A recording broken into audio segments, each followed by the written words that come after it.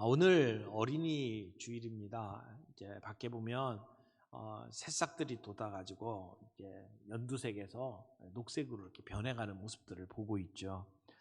어, 이건주와 아이들이라고 하는 그 그룹에서 그 노래를 불렀는데 노래 제목이 어른들은 몰라요라는 노래예요. 이게 1988년도 작품인데요. 근데 그 노래 가사를 보게 되면 이런 말이 있습니다. 우리가 무엇을 좋아하는지 어른들은 몰라요. 우리가 무엇을 갖고 싶어 하는지 어른들은 몰라요. 장난감만 사주면 그만인가요? 예쁜 옷만 입혀주면 그만인가요? 그리고 이렇게 얘기해요. 언제나 혼자이고 외로운 아이들을 따뜻하게 감싸주세요. 사랑해주세요. 이런 노래입니다. 어린이날이 되면 이제 부모들이 아이들 손잡고 장난감 가게를 가든지 대형마트에 가서 아이들이 원하는 걸 사주죠. 또 어떤 때는 놀이공원을 데리고 가기도 합니다. 그렇게 함으로 우리는 부모로서 우리 아이들을 향한 어떤 의무, 책임을 다했다고 생각을 합니다. 그러나 사실은 이렇게 물질적인 것으로 또는 아이들이 원하는 것을 주는 것보다 더 중요한 것이 있습니다. 보이는 것보다 보이지 않는 것이 더 중요한 것이죠. 우리 눈에 보이는 이 세계보다 눈에 보이지 않는 신령한 세계에 더 가치가 있다는 것을 우리 아이들에게 알려주는 것이 필요합니다. 에녹은 눈으로 드러나는 일보다 눈에 보이지 아니하는 신령한 세계가 얼마나 중요한지를 알았고 자녀들과 함께 그 일을 감당해 내었던 사람입니다. 아담의 10대 손 노아의 삶을 오늘 우리들이 함께 살펴보면서 이 시대에 우리가 어떻게 살아가야 되고 우리의 자녀들에게 어떤 삶을 보여줘야 하는지 우리가 함께 좀 살펴볼 수 있기를 바랍니다. 4장에 나오는 가인의 족보를 보면 위대한 어떤 업적들이 보이죠. 어떤 사람은 음악가로, 어떤 사람은 무기를 제조하는 사람으로, 어떤 사람은 가축을 키우는 일로 어떤 대가가 된 모습을 보여줍니다. 그런데 5장에 나오는 셋의 족보를 보게 되면 그 사람들이 가인의 후손들처럼 이렇게 대단한 일을 했다고 기록된 것이 아예 없습니다. 그저 낳다가 죽었다 하는 얘기예요. 낳고 기르고 죽었다. 그러니까 어떻게 보면 이 세상에 태어나서 한 일이라고는 자녀를 낳은 것밖에 없는 것처럼 보입니다. 그런데 이렇게 별로 큰 업적을 남긴 것 같지 않지만 믿음 가운데에서 자녀들을 낳고 그 아이들을 길렀던 그들의 족보를 하나님은 더 귀하게 여기시는 것 같습니다. 하나님은 가인의 자손들의 그 삶보다 이 셋의 후손들의 삶을 더 높이 평가하고 있습니다. 그래서 그들의 이름을 하나하나 일일이 적고 오늘 우리들에게 보여주십니다. 우리가 이 세상을 살면서 뭔가 위대한 업적을 남겨야지만 의미 있는 인생처럼 생각을 합니다. 하지만 우리 하나님의 백성들에게 정말 의미 있는 게 무엇인지를 오늘 우리는 다시 한번 생각해 봐야 합니다. 자녀를 낳고 믿음의 사람으로 기르고 그들을 뒷바라지하는 일들이 마치 무가치한 것처럼 여겨지는 이 세상 속에서 내가 언제까지 이런 희생을 해야 되느냐라고 생각하는 그러한 우리의 모습 속에서 우리가 무엇이 의미 있는지를 다시 한번 생각해 봐야 될 것입니다. 노아의 삶에 대해서 성경은 이렇게 기록하고 있습니다. 노아는 은혜를 입은 사람이다. 은혜를 입었다라는 말을 제대로 이해하려면 노아의 시대가 어떤 시대였는지를 잘 살펴보는 것이 필요합니다. 노아의 시대는 앞으로 올 그러한 종말의 표상이다 이렇게 말할 수 있습니다. 예수님께서도 종말을 이야기할 때 노아의 때를 가지고 이야기를 했습니다. 마태복음 24장 37절 이후에 보게 되면 노아의 때와 같이 인자의 임함도 그러하리라. 홍수전에 노아가 방주에 들어가기 전까지 들어가는 날까지 사람들이 먹고 마시고 장가들고 시집가고 있으면서 홍수가 나서 저희를 다 멸하기까지 깨닫지 못하였다. 이렇게 이야기를 해요. 인자의 임함도 이와 같다라고 주님이 이야기를 하셨습니다. 그러니까 말세의 특성은 노아의 때와 같다는 거예요. 노아의 때의 모습이 뭐냐? 사람들이 먹고 마시고 장가가고 시집가고 이런 일상 속에 빠져 있었다라고 하는 얘기예요. 여러분, 먹는 거 마시는 거 또 시집가고 장가가는 것이 나쁜 일입니까? 우리의 인생을 살아가는 데 있어서 다 절대적으로 필요한 일이고 해야 될 일입니다. 그런데 이런 일상 속에 빠져가지고 시대를 분별하는 영적인 감각을 잃어버린 사람들이었다는 거죠.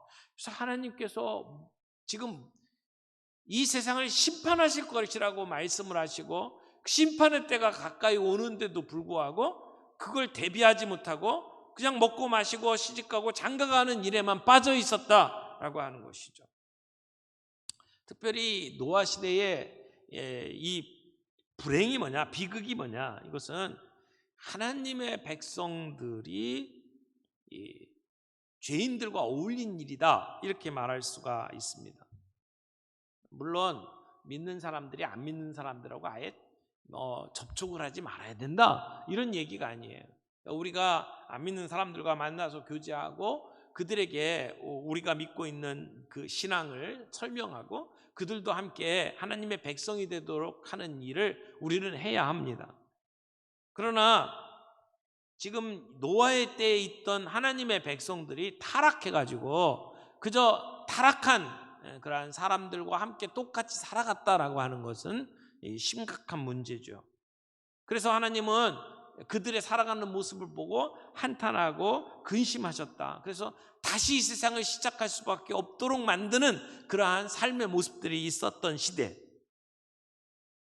오늘 2절 말씀에 보면 이렇게 이야기를 합니다.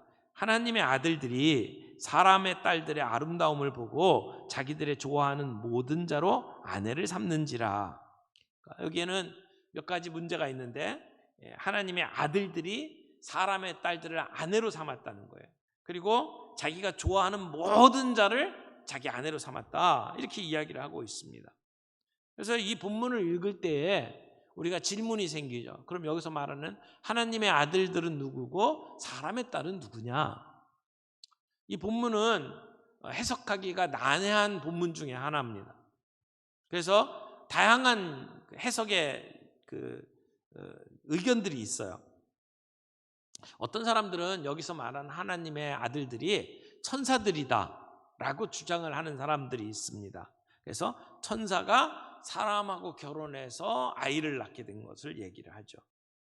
이 해석이 가능한 근거는 욥기에 천상에서 어전회의가 열리는데 거기서 천사들을 하나님의 아들들이라고 이렇게 일컫는 모습을 보면서 이 하나님의 아들들은 천사를 가리키는 거다라고 해석을 하는 것이죠.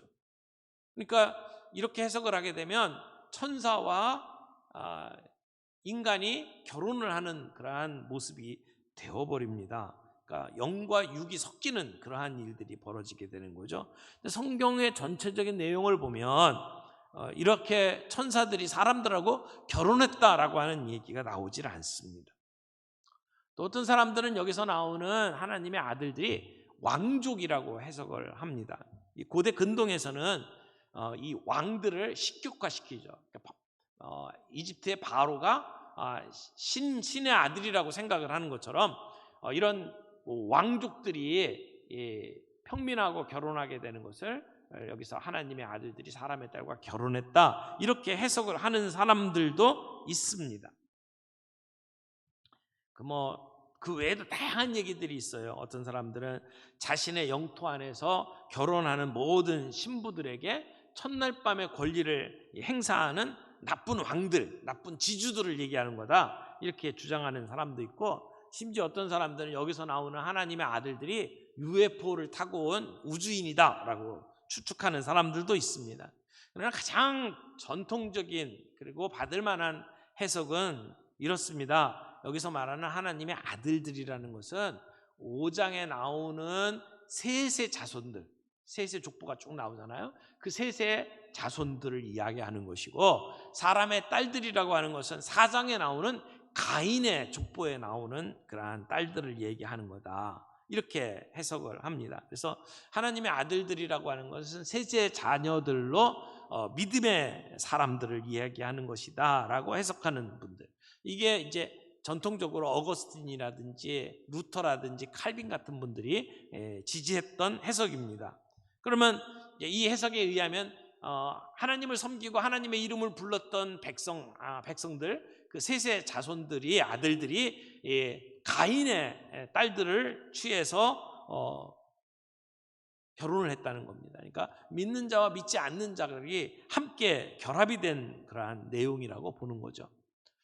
이게 그래도 설득력 있는 것이, 성경에 4장에는 가인의 족보가 나오고 5장에는 셋의 족보가 나옵니다. 근데 6장 이후에는 이런 족보의 구분이 없어져 버립니다.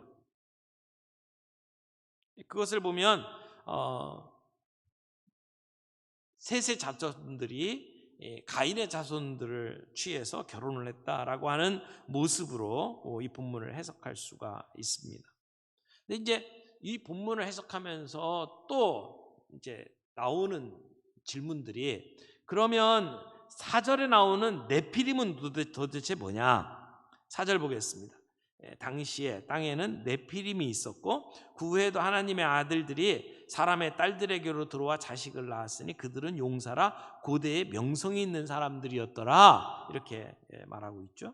여기 네피림이라고 나오는데, 말 그대로, 문자 그대로 이 뜻을 살펴보면 떨어진 사람들 또는 타락한 사람들이라는 뜻을 가지고 있어요. 그러니까 지금 그 당시에 네피림이 있었다라고 하는 것은 사람들이 이렇게 타락했다라고 하는 이야기를 지금 하고 있는 겁니다. 근데 네피림이라고 하는 단어가 성경에 또 나옵니다. 어디에 나오냐면 민수기 13장 33절에 나오는데, 근데 이런 그 민수기에 나오는 것을 통해서 살펴보면 이 네피림이라고 하는 것이 어떤 지파나 족속이 아니고 아주 등치가 큰 거인들을 가리키는 말이다라고 하는 것을 알 수가 있습니다. 그러니까 그 당시에 네피림들이 있었다라고 하는 것은 굉장히 큰 거인들이 있었다는 얘기죠. 근데 이제 이 성경의 내용들을 보게 되면 하나님의 아들들과 사람의 딸들이 함께 결혼해서 낳은 자식이 네피림처럼 보여요. 근데 이것은 좀 오해의 소지가 있습니다. 성경의 원문들을 보게 되면 이 네피림의 사건과 하나님의 아들들과 사람의 딸이 결혼했다는 것의 연관성이 그렇게 많지 않습니다. 그래서 별로 관계없는 다른 이야기를 지금 하고 있는데 그렇게 들리는 것이죠. 그래서 이 4절 후반절에 보면 이런 말씀이 나옵니다. 그들은 용사라 고대의 명성이 있는 사람들이었더라. 그러니까 굉장히 이 본문을 보게 되면 그 당시에 전쟁이 나면 이 사람들이 앞장서서 싸워서 나라를 구한 용맹한 사람들, 이런 아주 긍정적인 표현처럼 보이는데 사실은 부정적인 의미입니다. 용사라는 말을 쉽게 바꿔놓으면 폭군이다, 깡패다, 이런 의미를 갖고 있고요.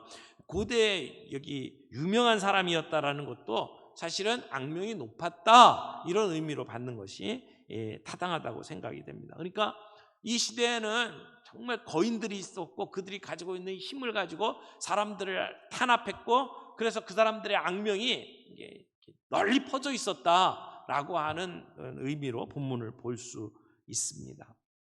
또 하나 여기에 궁금한 질문이 나오는 구절이 3절입니다. 여호와께서 이르시되 나의 영이 영원히 사람과 함께 하지 아니하리니 이는 그들이 육신이 됨이라. 그러나 그들의 날은 120년이 되리라, 이렇게 얘기를 하죠.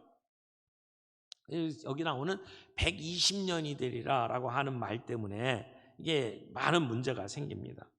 어떤 사람은 여기 나오는 120년이 이때부터 인간의 수명이 120년이 되었다라고 주장을 합니다. 근데 그렇게 받아들일 경우에는 문제가 생겨요. 왜냐하면 그 뒤에 아브라함, 그다음에 이삭, 야곱으로 이어지는 족장들의 그 나이를 보게 되면 120년이 넘습니다. 그러면 120년이 된다고 했는데 안 됐잖아요. 뭔가 이게 아구가 맞질 않습니다.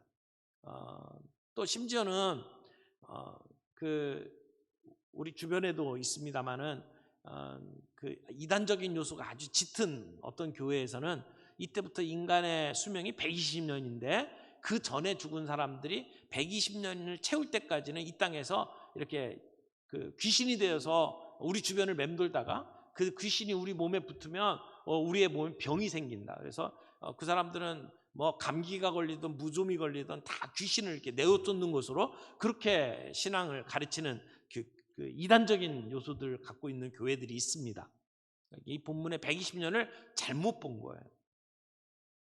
여기서 나오는 120년은 이제 심판이 120년 뒤에 온다. 그러니까 지금부터 120년 동안은 하나님께서 회개할 수 있도록 너희에게 주신 은혜의 기간이다라고 하는 의미의 120년이라고 말할 수 있습니다. 이렇게 해석할 수 있는 근거가 뭐냐면 이제 나의 영이 영원히 사람과 함께하지 아니하리니 여기 함께하다라고 하는 말이 나오는데 이 함께한다는 말은 다른 말로 다투다 또는 심판하다 이런 말로 해석을 할 수가 있습니다. 그러니까 하나님께서 이 세상 사람들을 보니까 너무 부패했고 너무 타락해서 이들과 더불어 더 이상 다투지 않겠다는 거예요. 이제 끝내겠다는 겁니다. 근데 그 끝내는 기간이 120년이라는 이야기를 하고 있는 거죠.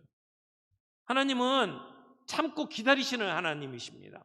이렇게 심판의 메시지를 주면서도 120년이라는 시간을 주신 거예요. 물론 무드셀라를 낳을 때부터 이미 에녹에게 심판을 예언하셨던 것을 보게 된다면 하나님은 정말 오래 참으시는 하나님, 1000년을 기다리시는 하나님이에요.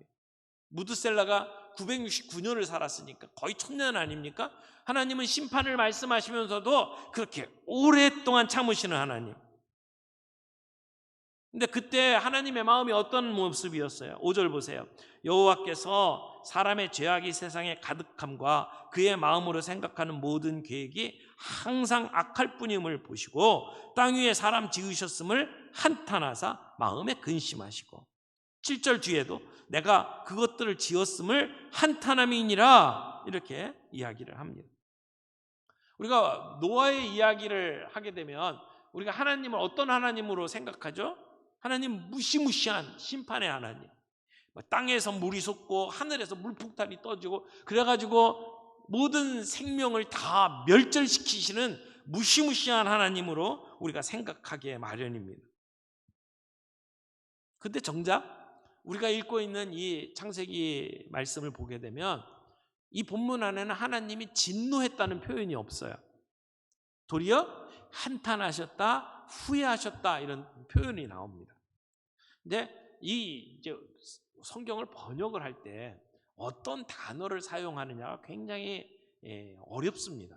그 뜻을 잘 살려내기가 쉽지 않아요.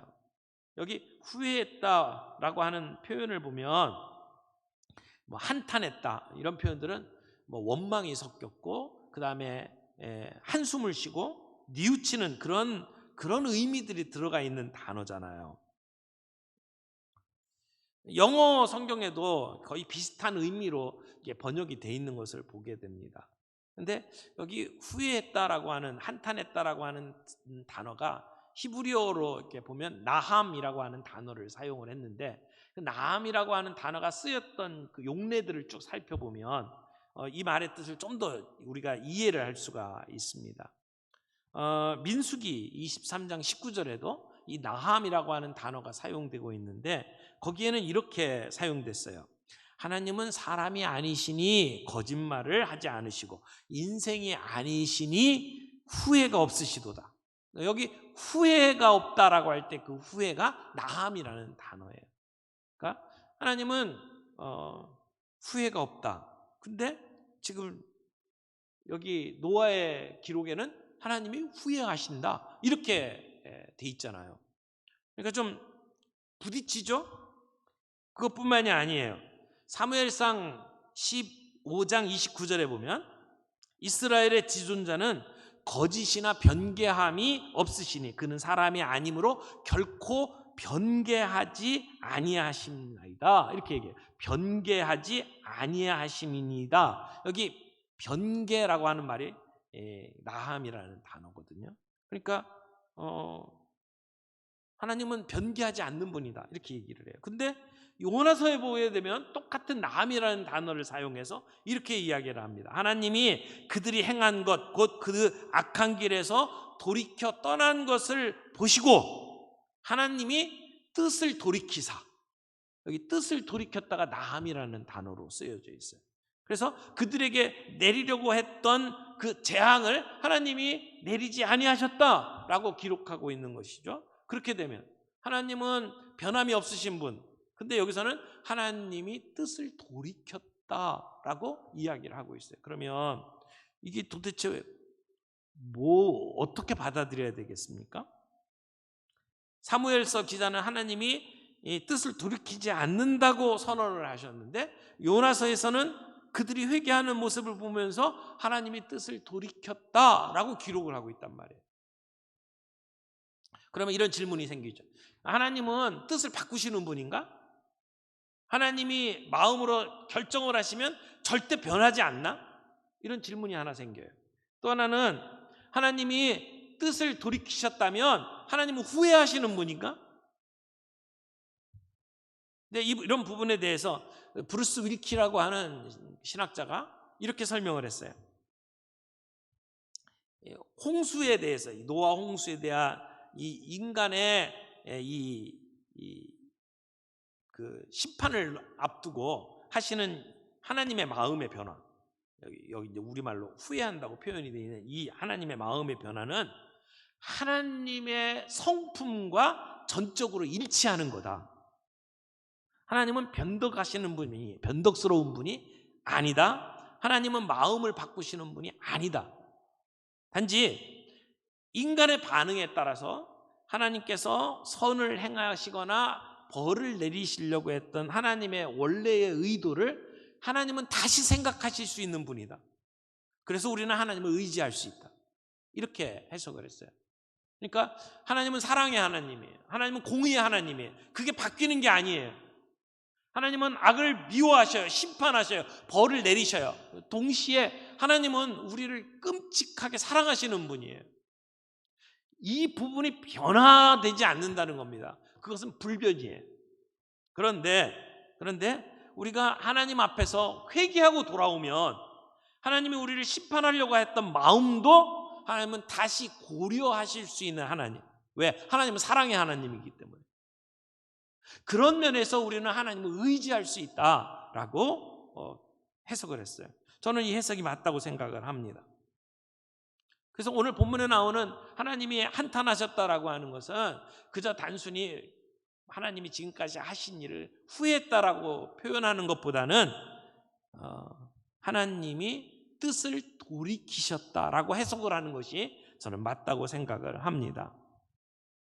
그래서 하나님이 인간이 너무나 악한 모습을 보시면서 하나님이 하나님의 뜻을 이렇게 바꾸셨다라고 오늘 본문을 보는 것이 좋다라는 것이죠. 그런데 이 본문을 보면서 우리가 전체적으로 하나 분명하게 기억해야 될 것은, 우리 인간이 이렇게 하나님 앞에서 불경건하고 그리고 정말 보지 못할 정도로 악한 그러한 모습을 보여주던 시대에 노아만큼은 달랐다. 지금 이 얘기를 하는 거예요. 노아가 하나님의 은혜를 입었다라고 이야기하는 것은 하나님 앞에서 노아만큼은 달랐다라고 하는 얘기입니다. 그러면 이 은혜를 입었다는 말이 도대체 무슨 말이냐? 우리가 이 말씀을 가지고 정리를 좀 할 필요가 있습니다. 이 성경에 그러나라고 하는 말은 그 시대의 모습하고 정반대로라고 하는 말이죠. 그러나 노아는 하나님께 은혜를 입었다. 근데 이 은혜를 입었다라고 하는 말을 직역을 하면 이런 말이에요. 노아는 여호와의 눈에서 은혜를 발견했다. 그러니까 노아는 하나님의 눈에서 은혜를 발견했다. 그러면 이게 무슨 말일까요? 발견했다는 말은 이미 뭐가 있었다는 얘기예요. 그걸 발견하는 거죠. 그러니까 이미 하나님의 눈에는 은혜가 있었다는 겁니다. 하나님의 은총이 먼저 있었어요.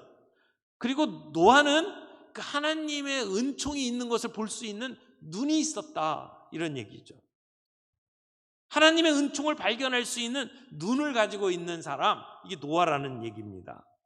이 세상의 모든 사람들은 힘을 중요하게 생각하고 강자를 따라다니면서 살던 시대였습니다. 그런데 그때 노아만큼은 달랐다는 거죠. 노아는 하나님의 눈에 은혜가 있는 것을 볼 수 있는 눈이 있었던 사람.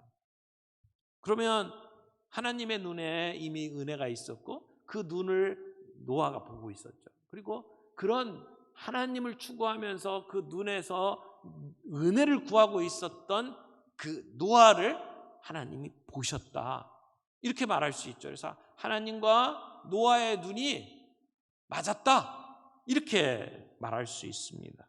여러분, 은혜가 뭡니까? 은혜는 자격이 없는 사람에게 베풀어지는 일방적인 호의, 조건 없이 베풀어지는 일방적인 친절이라고 말할 수 있어요. 그래서 이 일방적으로 전해지는 그런 호의가 있는가 하면 이런 은혜의 반대편에는 심판이 있습니다. 마땅히 받아야 될 의문의 결과, 대가가 있는 거죠. 그래서 심판받아서 마땅한 사람들에게 하나님이 심판이 아닌 호의를 베풀어 주는 사건이 바로 은혜라고 이야기를 하는 겁니다. 이 땅의 사람들은 하나님에게 심판을 받을 수밖에 없는 사람들이었습니다. 그런데 이 심판이 임하는 시대에 노아만큼은 달랐다는 겁니다. 노아가 완전히 죄를 짓지 않았다, 노아는 완벽한 사람이다, 이런 얘기가 아니에요. 노아는 죽을 수밖에 없는 우리의 모습 속에서도 우리에게 심판을 하지 않고 은혜를 베풀어 주시는 하나님을 만났다는 것입니다. 그래서 이 시대의 나머지 사람과 노아의 차이점이 뭐냐? 은혜를 입었느냐, 입지 못했느냐의 차이라는 것이죠. 그러면 그런 은혜를 입은 사람이 어떤 삶을 살았는지를 보아요. 여기 9절 말씀에 보면 노아를 이렇게 설명합니다. 이것이 노아의 족보니라. 노아는 의인이요 당대의 완전한 자라. 그는 하나님과 동행하였으며. 자, 이 말씀에 보면 세 가지가 나와요. 하나는 노아는 의인이다. 두 번째, 노아는 당대의 완전한 자다. 세 번째, 그는 하나님과 동행했다. 이렇게 얘기를 하죠. 자, 하나씩 봐요. 노아가 의인이다. 이 말은 무슨 말입니까?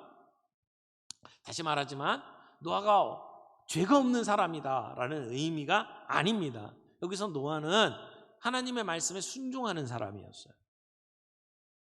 이 창세기 기사에서 노아의 이야기를 읽다 보면 깜짝 놀라는 게 뭐냐면 노아의 말이 거의 안 나와요. 노아가 하는 말이 별로 없어요. 이 6장 제일 끝에 이제 22절에 보면 그 노아가 그와 같이 하여 하나님이 자기에게 명하신 대로 다 준행하였더라. 그러니까 노아는 말이 없어요. 그냥 하나님이 명하시면 그대로 준행하는 모습으로 나옵니다. 7장 5절에도 보면 노아가 여호와께서 자기에게 명하신 대로 다 준행하였더라, 이렇게만 표현이 되어 있어요. 그러니까 하나님이 명하시는 대로 다 준행하는 모습을 보면서 이렇게 기록을 하는 거죠. 노아는 의인이라. 여러분, 홍수가 올 어떤 조짐도 보이지를 않아요. 그런데도 하나님이 명령하신 대로 방주를 지었어요. 그것도 몇 년 동안, 120년 동안. 순종이라는 것이 쉽지 않습니다. 순종 그러면 우리가 잘할 것 같은데 순종이 쉽지를 않아요. 노아는 정말 힘든 순종을 했던 것 같아요. 말 한마디 하지 아니하고 하나님께서 하라는 대로 어떻게 보면 무모한 그런 명령을 다 지켜 행하는 그런 모습을 볼 수가 있습니다.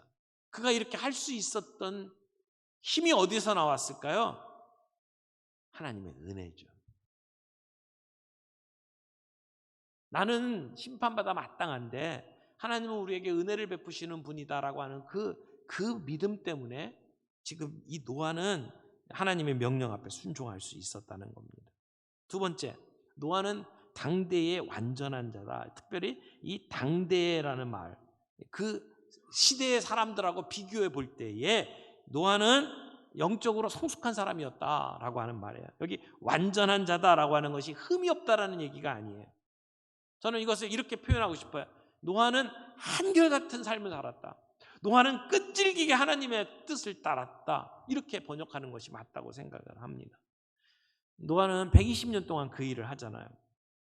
나무를 자르고 건조하고 옮기고 그리고 연결하고, 그것뿐만이 아니에요. 이제 방주 속에 들어오는 짐승들 머물 수 있도록 준비하는 모든 일들을 다 준비했습니다. 그 일을 감당할 수 있는 것은 끈질김이 없으면 안 돼요. 120년 동안 그 일을 감당했잖아요. 한결같았기 때문에 가능한 일이에요. 또 하나, 지금 노아는 하나님과 동행했다 이렇게 기록이 되어 있습니다. 에녹에서 이미 하나님과 동행하는 것이 무엇인지를 우리는 살펴보았습니다. 노아는 한결같이 주님과 동행하는 삶이었어요. 여러분, 동행이라고 하는 말은 같이 가는 거잖아요. 함께 가는 거예요. 사람들은 자기랑 비슷한 사람들하고 같이 어울리기를 좋아합니다. 유유상종이라는 말을 쓰죠. 네, 이 세상 사람들은 자기와 비슷한 사람들끼리 악한 짓을 하면서 살아가고 있던 그 시대에 노아는 달랐다. 하나님과 동행했다라고 이야기를 해요. 저는 이 노아의 120년 방주를 준비하는 삶을 보면서 이런 생각을 해봤어요. 혼자 하면 가능하겠다. 혼자서 하나님이 이렇게 명령을 시켜서 주셔서 120년 동안 방주를 짓는다 그러면 혼자는 가능하겠다. 근데 자기 아내 있죠. 그 다음에 그 120년 사이에 자녀를 낳습니다. 새 아들을 낳게 되는데, 새 아들이 자기와 뜻을 같이 해서 같이 이 방주를 짓는데 생애를 다 드린다? 그건 쉽지 않은 일이에요. 거기에다가 자부들까지 있잖아요.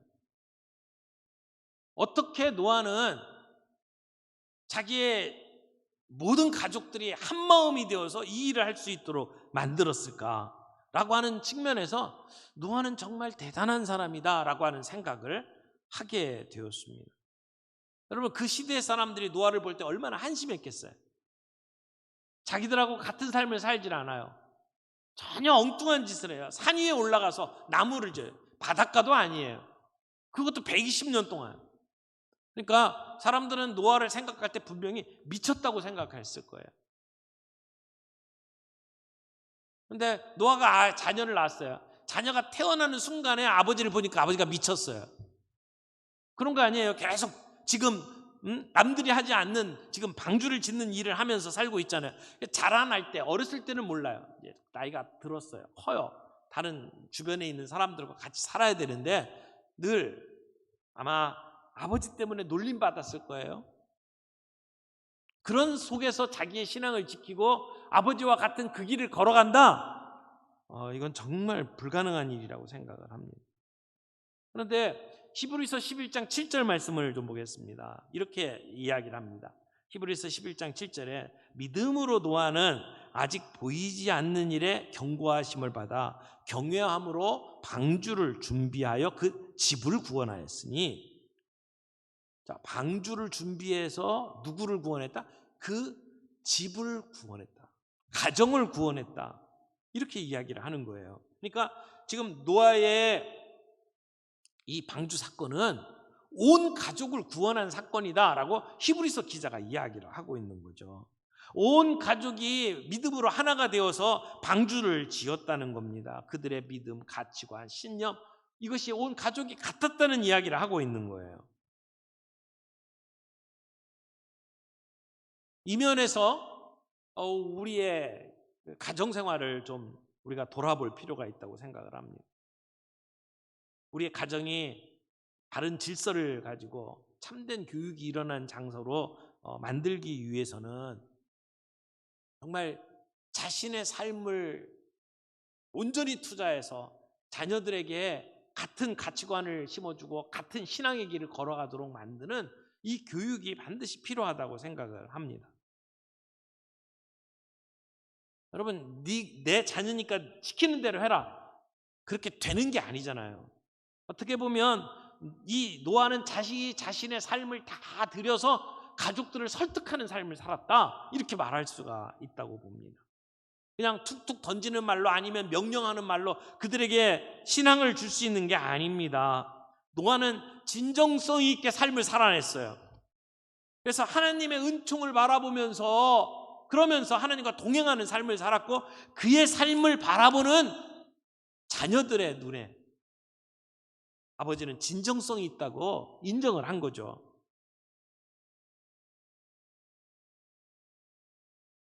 눈에 보이는 것보다 눈에 보이지 않는 신령한 세계가 더 가치가 있다는 것을 노아는 알고 있었고 그것을 자녀들에게 전수했습니다. 뭐가 정말 중요하냐? 아이들의 평생을 두고 볼 때 정말 이 아이들에게 무엇을 남겨줘야 될지 우리들이 고민하고 살펴볼 필요가 있다고 하는 것입니다. 우리들의 자녀 교육을 위해서 진정으로 가치 있는 것이 무엇입니까? 겉으로 드러나는 일들을 해주는 것보다 보이지 않은 진정 중요한 가치관을 세워주는 것. 사랑하는 성도 여러분, 우리도 이런 복을 받고 싶지 않습니까? 하나님께서 우리에게 우리의 자녀들을 맡겨주셨습니다. 어떤 분들은 자녀뿐만이 아니라 손주들까지 맡겨주셨습니다. 이들은 우리의 소유물이 아닙니다. 하나님이 우리에게 맡겨주신 자녀들입니다. 그러므로 그들에게 노아와 같이 내 삶을 보여주면서 혼신의 힘을 다해서 진정한 삶을 보여주면서 그들을 설득해내고 그래서 그들이 나와 같은 믿음의 길에 설 수 있도록 만드는 것, 이것이야말로 정말 우리 모두에게 도전하시는 이 본문의 교훈이라고 생각합니다. 세상 사람들이 하는 대로 따라가지 아니하고 하나님이 주신 명령대로 하나님과 동행하면서 하나님의 말씀 앞에 순종하면서 우리 자녀들을 설득해내는 저와 여러분들이 되기를 바랍니다.